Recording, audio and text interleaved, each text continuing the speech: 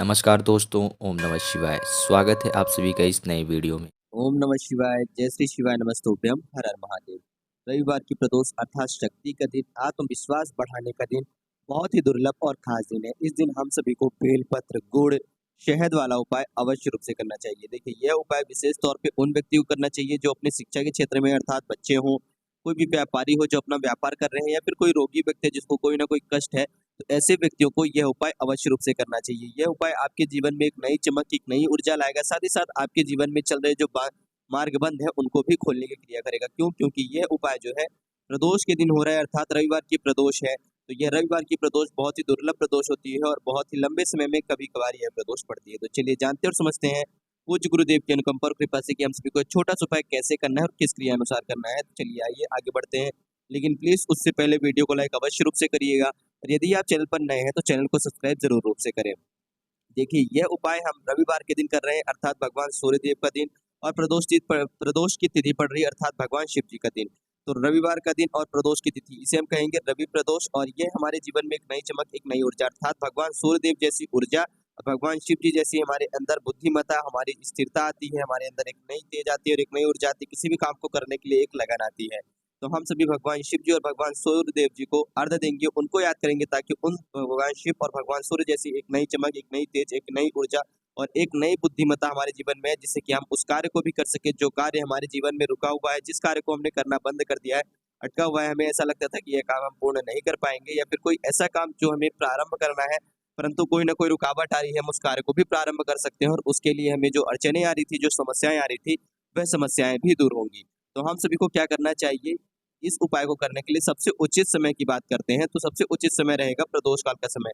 प्रदोष काल का समय क्यों रहेगा? क्योंकि देखिए, प्रदोष की तिथि पर यदि आप प्रदोष काल के समय पे करते हैं तो किसी भी उपाय को जब आप प्रदोष तिथि पे प्रदोष काल के समय पे करते हैं तो उसकी जो लाभदायक विशेषताएं हैं, उसकी जो ऊर्जाएं हैं, उस उपाय की जो शक्ति है वह अत्यधिक बढ़ जाती है, जिससे कि आपको और भी ज्यादा अत्यधिक लाभ होते हैं। तो प्रदोष काल के समय पे करेंगे तो ज़्यादा उचित रहेगा, अन्यथा आप सुबह भी कर सकते हैं। शाम को नहीं या तो प्रदोष काल में करें, शाम के समय पे बात ध्यान समझिएगा, मैं शाम को नहीं कह रहा हूँ प्रदोष काल, तो शाम को ऐसा कहने का तात्पर्य है कि आप शाम को केवल प्रदोष काल के ही समय पे करेंगे, उसके पहले या उसके बाद में नहीं कर सकते हैं, या फिर आप सुबह करें, ठीक? या तो सुबह करिए या फिर प्रदोष काल में करिए। समझ गए हम क्या-क्या लेंगे? देखिए, बेलपत्री जो कि भगवान शिव जी को प्रिय होती है, साथ ही साथ उसमें थोड़ा-सा मीठा लेंगे गुड़ अर्थात हमारे जीवन में प्रेम, शांति, सुख, शांति, समृद्धि बनी रहे और या तो हम शमी पत्र मिलाएँगे जो कि हमारी इच्छाओं, मनोकामनाओं को परिपूर्ण करता है या फिर हम शहद को मिलाएँगे जो हमारे जीवन में एक नई तेज, एक नई ऊर्जा लाएगा या फिर हम चावल को मिलाएँगे जो कि हमारे जीवन में एक नई तेज, एक नई ऊर्जा और एक नई चमक। जिस प्रकार देखिए जो चावल है भगवान चंद्रदेव को समर्पित होता है और जिस प्रकार चंद्रदेव से की एक नई चमक, एक नई शीतलता के साथ एक चमक होती है, उसी प्रकार से आपके अंदर भी एक शीतलता होगी, आपके अंदर गुस्सा और चिड़चिड़ापन दूर रहेगा और एक नई चमक, एक नई तेज की ऊर्जा की प्राप्ति होगी। तो बेलपत्र, गुड़, शहद, चावल, शमी पत्र। शहद, चावल और शमी पत्र तीनों में से कोई एक चीज लीजिएगा।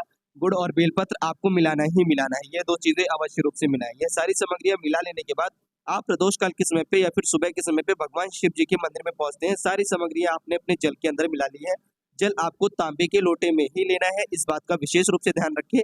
अन्य आप किसी भी पात्र में नहीं लेंगे। कहने का तात्पर्य है कि आप सोचिए कि भैया मैं स्टील के लोटे में ले लूं या फिर मेरे से तांबे का लोटा नहीं मिल रहा है, तो ऐसा मत करिएगा और ये जल अपने ही लोटे में समर्पित करिएगा। ऐसा मत करें आप कि आप मंदिर गए हैं यह सामग्रियां लेकर के और अपने भाई बंधु किसी दूसरे से आपने जल का पात्र लिया और उसमें जल डाल करके सारी सामग्रियां डाल करके समर्पित करते नहीं। आप ये सारी सामग्रियां, यह सारी चीजें अपने घर से ही तैयार करके ले जाएंगे और भगवान शिव जी के मंदिर में समर्पित करेंगे, ठीक?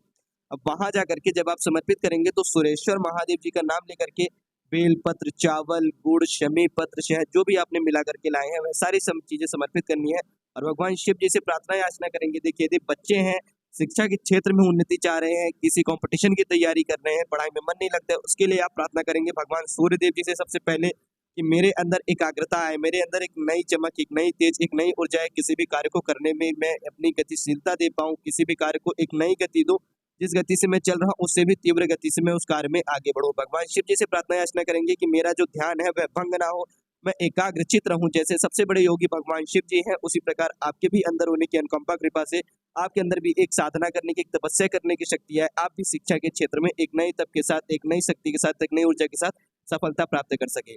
फिर वह चाहे बच्चे भी हों, इसी प्रकार प्रार्थना कर सकते हैं। व्यापारी व्यक्ति भी अपने कार्य को बढ़ाने के लिए, कार्य में गतिशीलता पाने के लिए, उन्नति पाने के लिए प्राप्ति कर सकते हैं प्रार्थना याचना।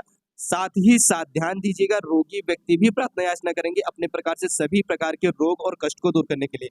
देखिए, जब भगवान सूर्यदेव की जो किरणें और भगवान शिव जी की अनुकंपा कृपा से आप इस जल को अपनी दोनों आंखों में लगाते हैं, अपने ऊपर छिड़काव करते हैं और थोड़ा सा आचमन करते हैं, अर्थात ग्रहण करते हैं जलाधारी से, अंतिम में जो है जल गिरता है इस जल को लेकर के, और भगवान सूर्यदेव जी का अर्थात सूर्येश्वर महादेव जी का, भगवान सूर्य और भगवान शिव जी को एक साथ याद करते हुए उनसे प्रार्थना याचना करते हैं अपने जीवन से, अपने रोग से, अपने शारीरिक रोग से, सभी प्रकार के कष्टों को दूर करने के लिए, तो वह भी दूर होते हैं। तो बहुत ही छोटी और सरल सी विधि है कि रविवार के दिन यदि प्रदोष तिथि पड़ती है, अर्थात रविवार के दिन जो कि सूर्यदेव को समर्पित होता है, उस दिन भगवान शिव जी को भी याद करने के लिए आपको समय मिल रहा है। शिव जी की भी अनुकंपा कृपा आप पाने की आपको जीवन में सौभाग्य में प्राप्ति हो रही है, तो आप इस अवसर को अपने हाथ से न जाने दें।